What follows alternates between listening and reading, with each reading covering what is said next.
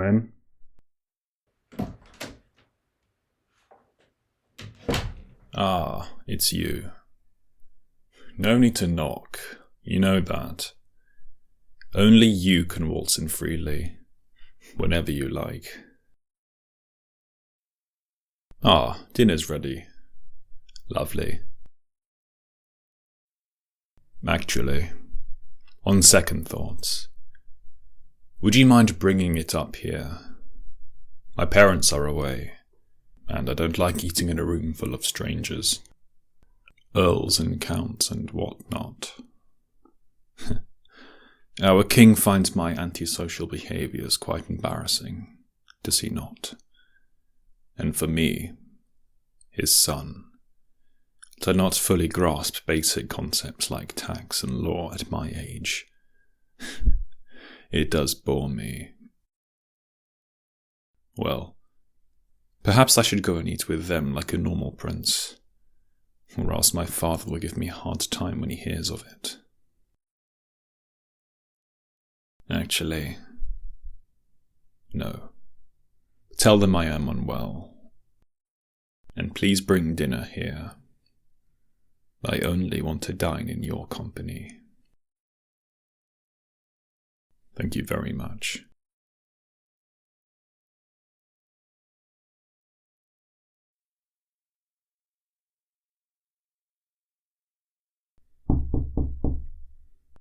Come in.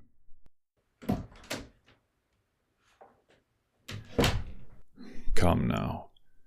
What did I say? There is no need to knock. Quite the feast you've got there. Quite literally, a meal fit for a king. Lay it down on my table, please.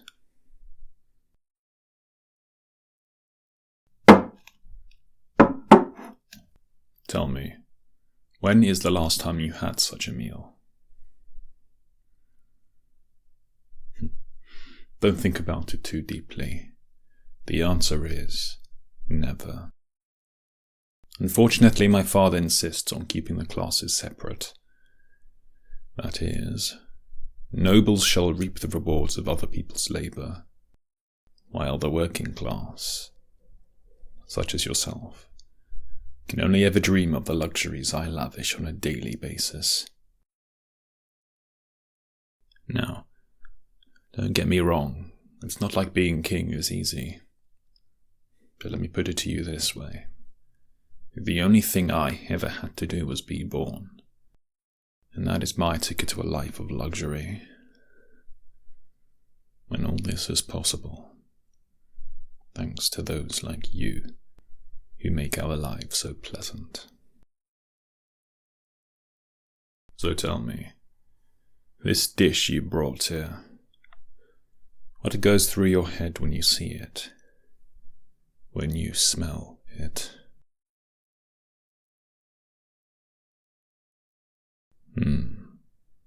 Well, it is yours.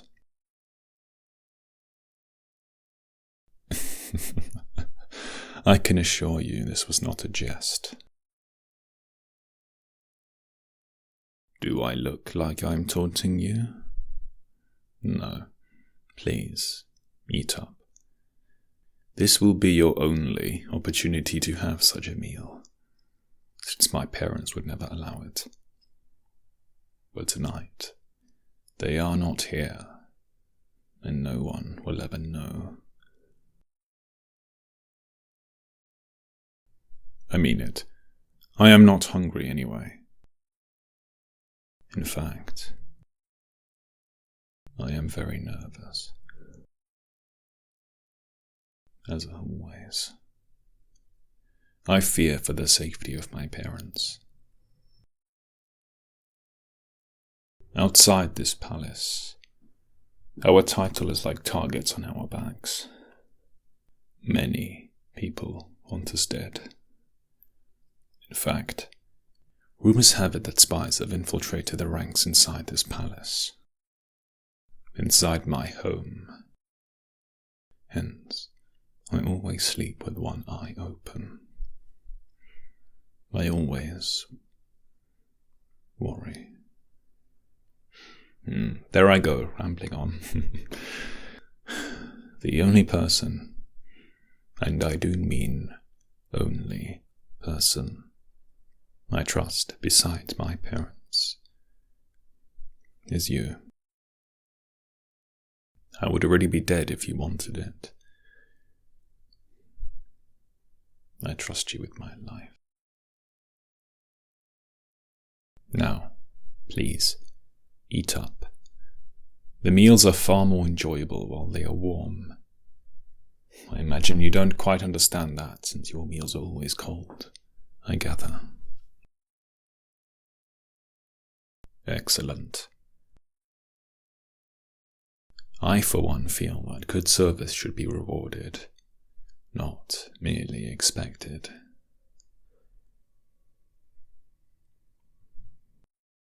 For all these years, your service has never let me down. In fact, I do remember a few years ago when I dropped the urn of my grandfather's ashes.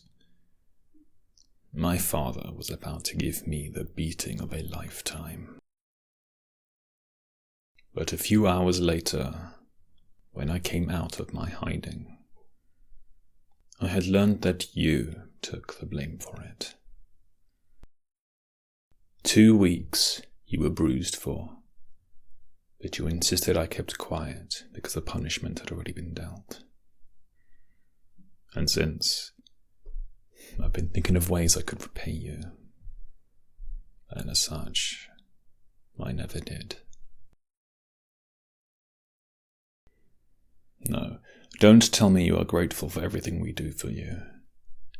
A position in this palace, food, a place to sleep is all part of the job description. Remember, you are working for it, after all. But a beating was not. How are you finding the meal? Subtle taste of almonds, you say? Strange. Perhaps the cook is trying something new. Gotta love cooks. They are quite literally artists, and their plate their canvas.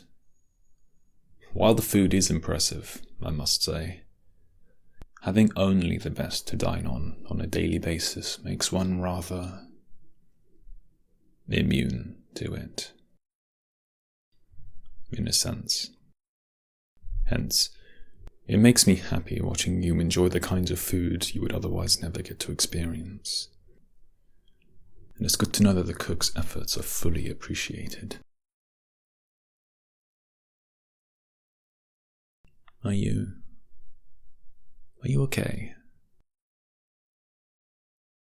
I don't know, you just look rather short of breath. Are you weak? Do you feel well? I'll open a window. What is happening?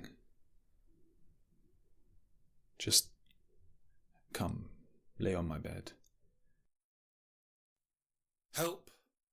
Somebody help!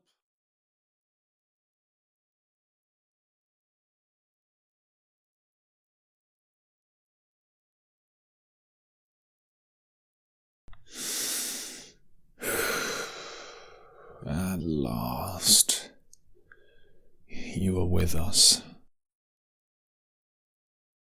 I am so sorry. This was all my fault. Do you know what happened? My eye. Don't worry about my eye. The doctors couldn't save you. I had to. Easy. Just lay back. You are in my chambers. On my bed. Just be comfortable. I was an idiot. I should have known. Do you recall me mentioning the rumors that spies had infiltrated the palace? It turns out those rumors were true. The meal you brought here, the food that was intended for me, had been laced with poison. I swear upon my forefathers that I did not use you to test the food for me. I know why you would think that. The doctors examined you, told me that you were beyond saving. They said you had ingested something called cyanide, a very potent toxin. They found samples in the food. Incurable, they said. There are no antidotes. You survived because of something more powerful than medicine. But don't you worry about that. It's all taken care of. Just focus on getting better. Enough about my eye. A telegram has been sent to the King and Queen. I expect they will return promptly and find who is responsible.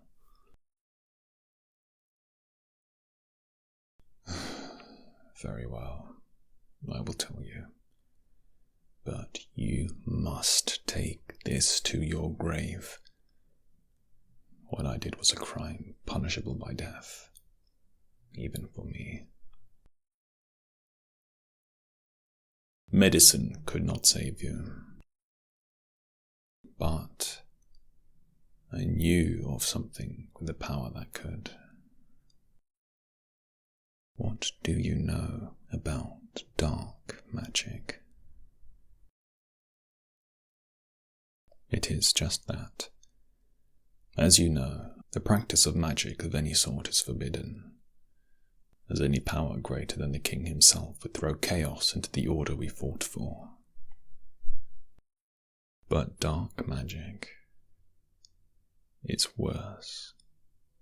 A sin, a curse, a scourge, is decreed by the church. There is a witch, one who appeared in my time of need.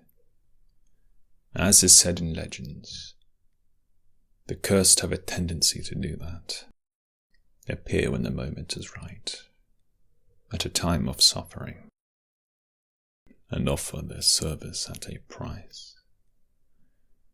Like demons, set to offer their service for a soul. I did not think of these as more than stories alone, used to encourage children to behave. But no.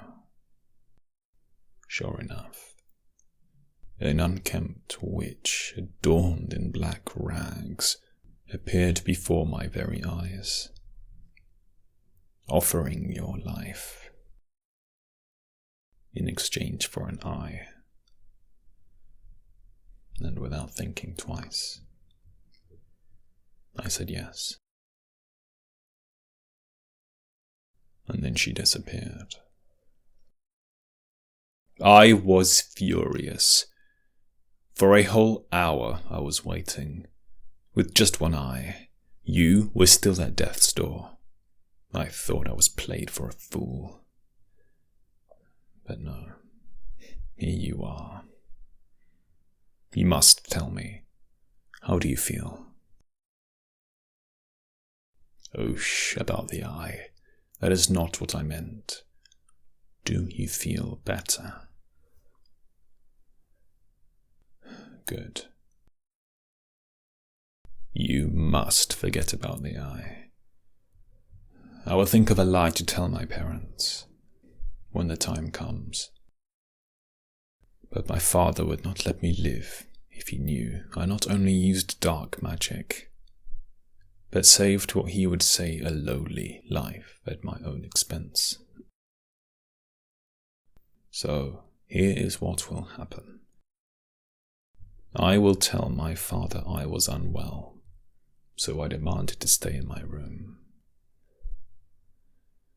You suspected foul play, so you tested the food yourself, saving my life. You will be rewarded for that. Consider that my apology for putting you through this. And as for your miraculous recovery, it will be just that, a miracle. Now, if you would forgive me, I would like to sleep. No, you stay right where you are. This bed is big enough for the two of us. Heck, even 4 of us. But you need to rest, and so do I. It's been a very eventful evening. Shh, don't you worry about the eye. I would do it again if I had to.